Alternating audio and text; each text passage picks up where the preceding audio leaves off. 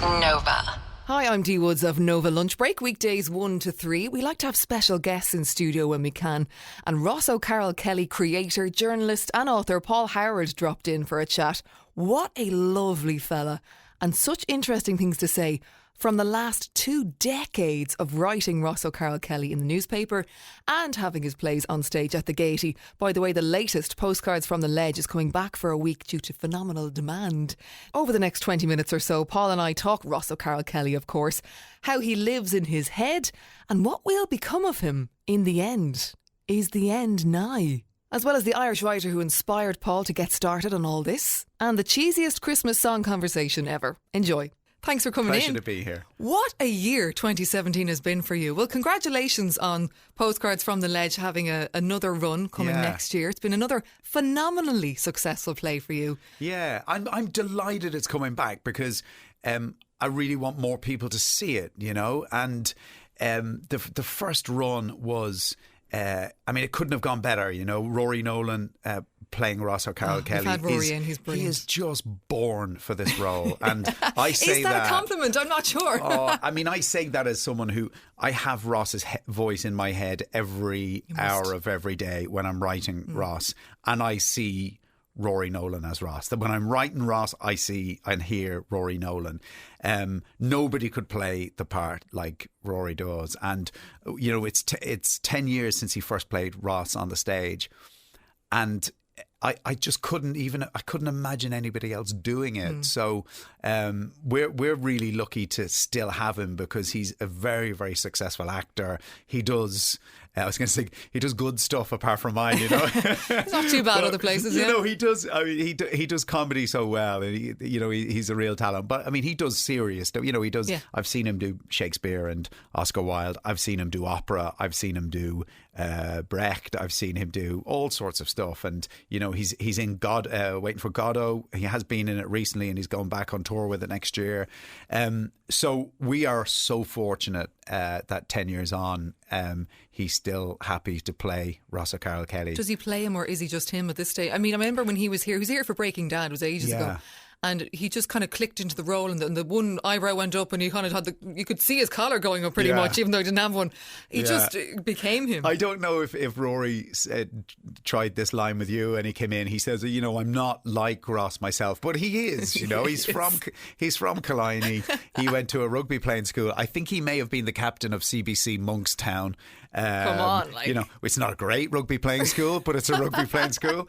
And you know, he is the walking, talking embodiment. Not all the time. I mean, he doesn't have Ross's obnoxiousness or any of his nasty personality quirks. He's a lovely guy, but I don't think he needs to go into like 6 weeks of method acting before he stands on the stage and performs Ross. I say he can't go anywhere. I say he can't even go for a pint without being harassed by somebody. He's done it so long now. I think he does get people saying to him. But it's funny, I after the last show, after the final performance when it closed in November, I was talking to Gareth Lombard, the actor, and Gareth, like Rory, they're from the same generation. There's this really fantastic golden generation of actors in Ireland, and Gareth is part of that. And he reminded me that he auditioned for the part of Ross back in the day, and he said I was doing the part for the audition, and he said about halfway through I realised I was doing an impersonation of Rory Nolan. Oh wow, that's a compliment. So he said to Anne Clark, the producer, you know, afterwards, he said, you know, are you seeing Rory Nolan for this part? And she said, yeah, he's coming in next. And he said, okay, goodbye then. And the rest is history. He just knew. And I knew. And Rory came in and when he read for the part, he'd memorised this monologue. He committed this thing to memory it's a scene from a Ross book, and he just ranted it across the bar. It was Maureen's bar at the back of the Olympia Theatre. I knew instantly I was looking at Ross O'Carroll Kelly straight away. So with this show, he had standing ovations every single night. It was 19 performances, and every performance ended with a standing ovation because it's a one-man show and because he plays all of the parts. He does the voices of his dad, his mother, his daughter as a child, as a teenager and as an adult, and he just nails it. So I'm really happy it's coming back because more people are going to get a chance to see just how good he is. Oh well, I know, and it's coming back in April 9th to 14th, just for the 1 week only. Yeah, it's a week. It's 7 performances altogether. Okay. And really that's because Rory's just so busy, and like I said, we're fortunate to get him for the week. Well, I would, if I were you and you want to see the show, get your tickets now. They start at €22, which is great value, and you'll be going to see and laughing in April. I've seen you say before that you love to hear people laughing at your material, which obviously makes sense. Yeah. Why wouldn't you as a comedy writer? Yeah. Do you sneak in the back of every performance just listen to the... I'd do that if I were you. I don't, unfortunately I sneak in the front. Okay. Well, yeah, it's your prerogative. My wife has to tell me sometimes, because I laugh. I go to my shows and I laugh, and it seems really, really conceited thing to do, to sit there laughing your head off at your own material. But it's actually the way Rory tells it, And when I wrote this play, when I write all of the Ross plays, I'm sitting alone in an office in Wicklow in my house, and you're not even in South Dublin. Not even in South Dublin. No, I have to go outside, and I couldn't afford to live in South Dublin, unfortunately. But I sit there in the office and I write these scripts, and you never really know what's funny until you sort of take it into the room. So this particular play, I wrote it last spring, and we read it sitting around a table, the director and the lighting director and the producer and all sorts of people were sitting around a table, and Rory started reading it for the first time, and then you start to hear where the laughs are. But what happens in the transition period between us reading it at the table and him putting it in front of an audience is just truly extraordinary. What he and Jimmy Fay, the director, do to make it ready for the stage. That's what I'm laughing at. I'm laughing at. It's exciting, isn't it? These watching it just jokes, jump to thinking, life. I remember writing that joke, and there's 1,000 people around me in the theatre laughing at the way Rory tells it. It is really, really exhilarating. I've never heard a bad word. It's terrifying as well. Oh, it must be. You're putting yourself out there. Well, worse, you're putting somebody else out there. With your material. Yeah. So I don't really sleep for maybe a week or two before a show. Like I'd sleep maybe 3 or 4 hours a night, and I'm just worried that a joke. I have these recurring dreams. that a joke will fall flat, like or the a Leaving whole Cert all show. over again. Yeah, and I have those. That. And of course I don't need to worry because Rory steps out there and he just has the audience instantly. When he steps out on the stage, people have been shouting, "You're a legend!" and before he's even opened his mouth. Brilliant. That's what you want. Yeah. So when you're at home in Wicklow writing these things and the phone rings, do you pick it up or do you answer it as like, are you in the middle of, do you come out with this voice inadvertently? Almost. Yeah, his voice resides in my head all the time, and it's hellish. I do forget how to talk to people because I used to work in an office environment. I used to work in the Sunday Tribune. And I work long days, sometimes 12, 14-hour days in the Sunday Tribune, especially when we were in production. And it's very disconcerting then to go to a situation where you don't talk to anyone all day. Of course. And sometimes Mary rings me at lunchtime when she's on her lunch break and she says, "You've forgotten how to talk." I actually can't speak, because I've got conversations going on in my head that I have to finish before I can talk to a real person. And if you weren't a writer, we'd be worried about you. Yeah. And those voices are in that South Dublin awful, obnoxious They have to be, voice. I suppose, to write. Because it's the same when you're reading it in the Times on a Saturday. Like, it's not like other things you can flick through and half look, and you're half looking at the baby and the dog. And you kind of need to focus on Rory because you're not going to get the full value out of it if you don't do the voice yourself in your head. Yeah, and I find the toughest thing is getting the voice out of my head. Are you haunted by Rory or Ross O'Carroll Kelly? Yeah, but haunted in a nice way. He's kind of I've grown to like the character a lot over the years. When I started writing him first, I really wanted people to hate the character. I really did, and then I started warming to him myself and thinking, actually, he's not such a bad bloke after all. And that was 20 years ago this year. Yeah, 20 years ago in January I wrote the very first Ross column, and the first play was The Last Days of the Celtic Tiger. Yeah. And that was 10 years ago. That was 2007 when the Celtic Tiger was still going. Like, it was, people say, God, you must have known something, did you? That none of the Economist knew, but I had no idea.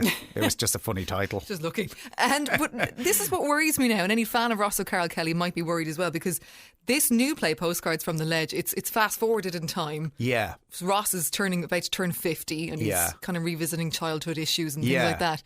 Well, if you keep going forward, what is the next play going to be? His funeral or something? You see, the problem is we can't age reverse Rory Nolan. That's essentially. Damn it, Rory! The one thing you can't do.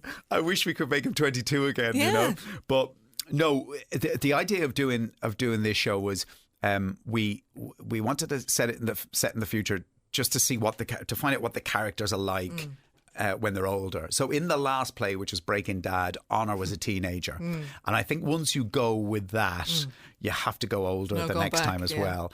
So what we did with this one, the setup is it's the day of Honor's wedding, and she's about to walk up the aisle with a guy called Greg, who Ross does not approve of. Of course. And because, as he says at the beginning, you know, I was terrified that my daughter would end up with someone like me. But what I didn't realise was she could do a hell of a lot worse. And isn't that every dad's thoughts? Yeah, and also the fact that he was every parent's nightmare when he was a teenager. Yes. And the fact that now he has to contend with all of those things that those parents had to contend with when various boys come to the house. But this particular man really is the wrong man for her.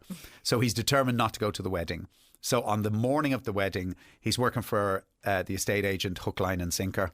And he goes out to, he's called out to put a valuation on a property, 22 Glenageary Crescent, which, as it sounds, is in the middle of Sallynoggin. And when he gets there, he realises it's his childhood home. He realises it's the house he spent the first 10 years of his life in, just before his dad became mysteriously wealthy overnight and they moved to Foxrock. This was his Sallynoggin home. So he kind of goes on this journey of remembrance. Yes, exactly. That brings out a lot of childhood trauma, that connects with a lot of the stuff he's going through now as his daughter is about to walk up the aisle. And the question is, will he go to the wedding after all? I've talked about this with comedians before. There always has to be some element of, well, obviously truth, but there's always has to be serious or something in comedy to make it, I don't know, more believable or something. Even though you're laughing, like you're saying there's trauma and tragedy and coming back to Ross. Like, are we crying at this play or is it just laughter? There's tears. You know, there were a lot of people crying. In fact, virtually everybody around me, the few times I saw it was crying. There are tears. There's lots of laughter. Don't worry. It isn't. You know, they're not tragic tears. They're kind of, you're just into it. Tears. You know, they're emotional tears. Are people afraid to tell you stories or talk to you because they're afraid they'll either become characters or their story will end up in print someday? Because you obviously, these are real life situations, spun a little, I'm sure. But see, I'm terrible because I put stories in my books without asking people. Of course, right? Yeah. Why so would somebody you? will tell me something, and sometimes I won't really remember where I heard it, but it'll be a funny story. Or what I'll do is I'll say, I must ask him, can I use that story? A friend of mine might tell me a story. I must ask him, can I use that story? But sure, I'll write it in the meantime. And then I write my books a year in advance. So by the time the next book comes out, I've totally forgotten. And then it might be 2 or 3 years before a friend might read it. And so I say, here, hang on a second. That's very similar to something that happened to me. No, nothing to do you. No. I do it all the time. I met Maeve Binchy when I was about 15 and I was I wanted to become a writer. I was still at school and she did a talk for aspiring writers in Dunleary Shopping Centre, and I remember there wasn't a huge number of people turned up, but there's about 10 of us, and she just said, everybody just come up and sort of sit around me. So we did, and she explained her modus operandi to me of how she researched her books, and I just said, that's how you do it. You know, it was, so what Maeve used to do was she used to bring either a notebook or a dictaphone out with her, and she would record just always switched people's on conversations. Often just scribbling notes. And she said, if you want to be a good writer, you have to be a good listener. That's the most important thing if you want to be a good writer. And she said, listen to conversations and not the sort of scripted conversations you hear on television or on radio. Listen to real conversations, the politics of the conversation, who's dominating, who's putting their view across more forcefully, who's more passive. But a psychologist, really, aren't you? In a way? Maeve was really extraordinary, and she was such an intuitive person as well. It's no coincidence she was able to write the books that she was.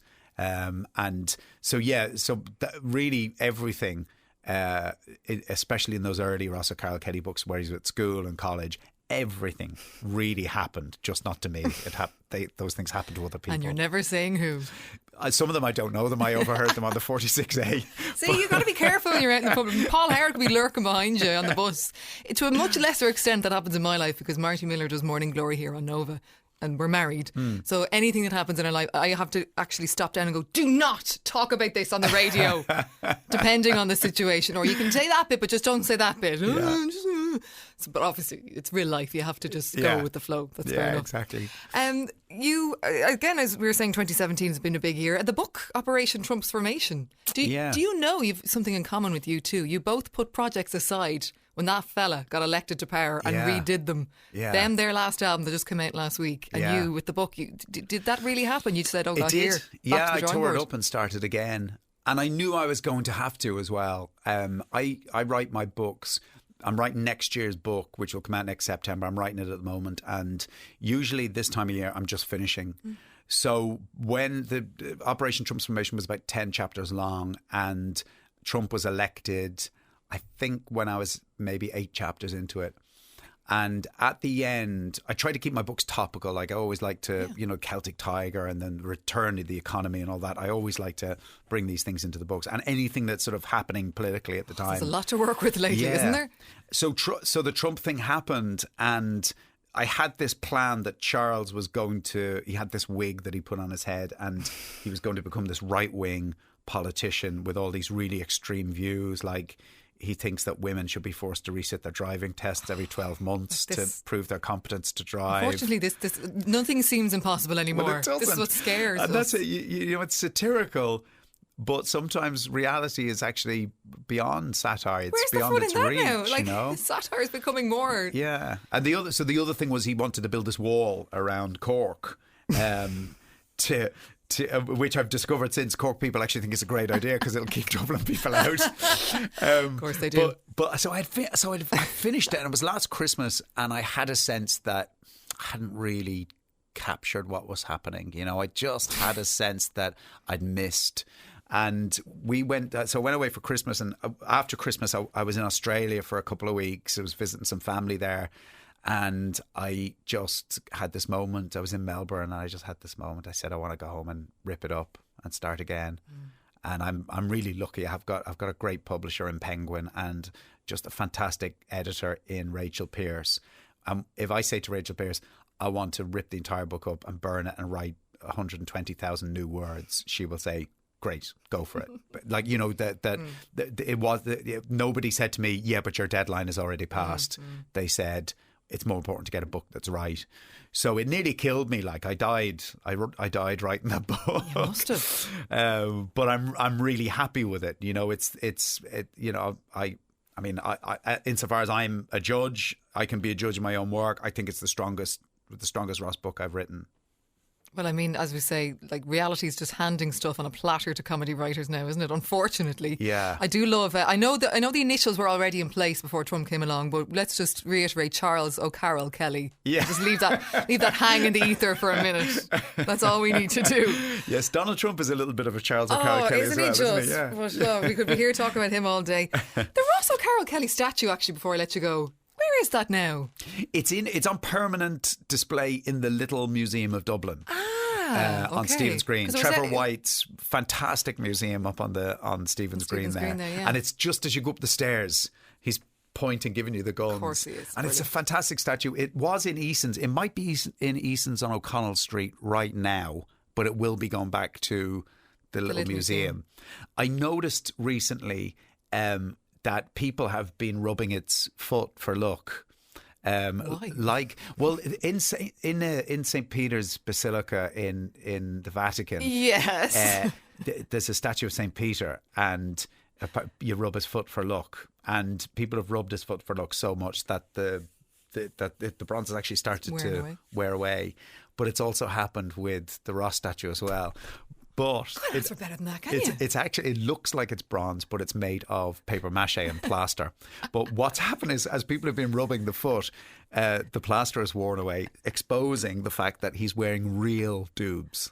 I was so impressed when I saw it. There's a model maker called Robert Clark, who's Alan Clark's brother. Alan Clark illustrates all of the Ross books and the posters and everything. He's been drawing them from day one. But his brother Robert makes models for movie sets. Brilliant. And he made the Ross model. It's not quite a model. He's nearly under there. I mean, it's 8 foot tall. You know, it's fabulous. And I did a photo shoot with it recently, and I had to wheel it down Grafton Street, and it drew quite a crowd. There's no way to be incognito when you're wheeling your character's statue down Grafton Street. If you had to choose between, because Ross, as we say, 20 years or almost in January. Yeah. You and Ross, together as one. He's in your head all the time, as you said. Always. Do you kill him off eventually? How does it work? Do you know how it's going to end? I don't know if I would ever do anything as gratuitous as kill him. I mean, I like him too much. There may come a day when I decide, you know, does the world need another Ross Carroll Kelly book? But you know what? I enjoy doing it so much. I really love writing these books, and I'm writing the next one at the moment, so there will definitely be one more. I know that for sure. He can't just disappear, though. I mean, you'd have to have an ending of sorts, surely. Yeah, I don't. You know, I read a lot of any sort of long-running series. I'm always interested in what the author has to say. Yeah. Like, so I'm a huge fan of P.G. Woodhouse's books, especially the Jeeves and Wooster series. And you know, there was a cartoonist in America. She did the Cathy cartoons for 37 years, and she stopped 2 years ago. And I was reading this heartbreaking interview with her where she was talking about the reason she decided to stop and what the change is going to make for her life. And as I read it, I just kept thinking, that's going to be me one day. One day I will have to come to that decision, and I will feel just as sad. And I was filling up reading this interview thinking, how do you say goodbye to something that has been part of your life for so long? But the fortunate thing for me is that all these years later, I still enjoy doing it as much as I did at the very, very beginning, probably more. So I think as long as there are things happening in the world that I want to write about, I think I'd like to continue writing about them through the prism of this South Dublin rugby jock who's inhabited my head for the last 20 years. Well, I don't think things will stop happening. I don't think we'll stop wanting to read what you write and see what you write when it's on stage in the Gaiety. As we say, Postcards from the Ledge is coming back April 9th to 14th to the Gaiety. Tickets from €22. Get yours now. You will not be disappointed seeing Rory Nolan. How many paychecks does this guy get? Because how many parts does he do? About 20 odd. Well, he does. I mean, he does all these parts, but also at different ages of their lives, and also different sort of emotional jumps he has to make. You know, he has to be sad for one moment, then he's got to be happy, then he's got to be melancholic, and then he's got to be reflective and keep the audience laughing for 2 hours, which he does. I mean, the laughs just never stop. He's an absolute marvel. Listen, I've met him and I definitely would believe that. And of course, Operation Transformation in all good bookshops now. And you can read Ross O'Carroll Kelly every week in the Irish Times on a Saturday. Before I let you go, Paul, we do this every time we have a special guest in studio. Obviously, we're here to play music here at Radio Nova. Okay. Is there anything in particular you want to hear? I was thinking maybe the Beatles, for obvious reasons. You know, you wrote that story of the Guinness there, the very tragic story, Tara Brown. Yeah. That was from, what, Day in the Life? A Day in the Life, yeah. Well, I love A Day in the Life. If you could play The Day in the Life, I would love that, yeah. I'd far be it for me to put words in Paul Howard's mouth, but if you want to hear that song, I will certainly play it for you. But if you're going to play a Christmas song, play Wham's Last Christmas. It's Wham's my favourite. Last Christmas? My favourite Christmas song. With the cheesiest video of all time. Oh, yeah. No wonder she broke up with him. Did you see the state of that brooch? Thanks for It was a shocking present. It was the 80s. I mean, come on. Thanks for joining us. Thanks, Dee.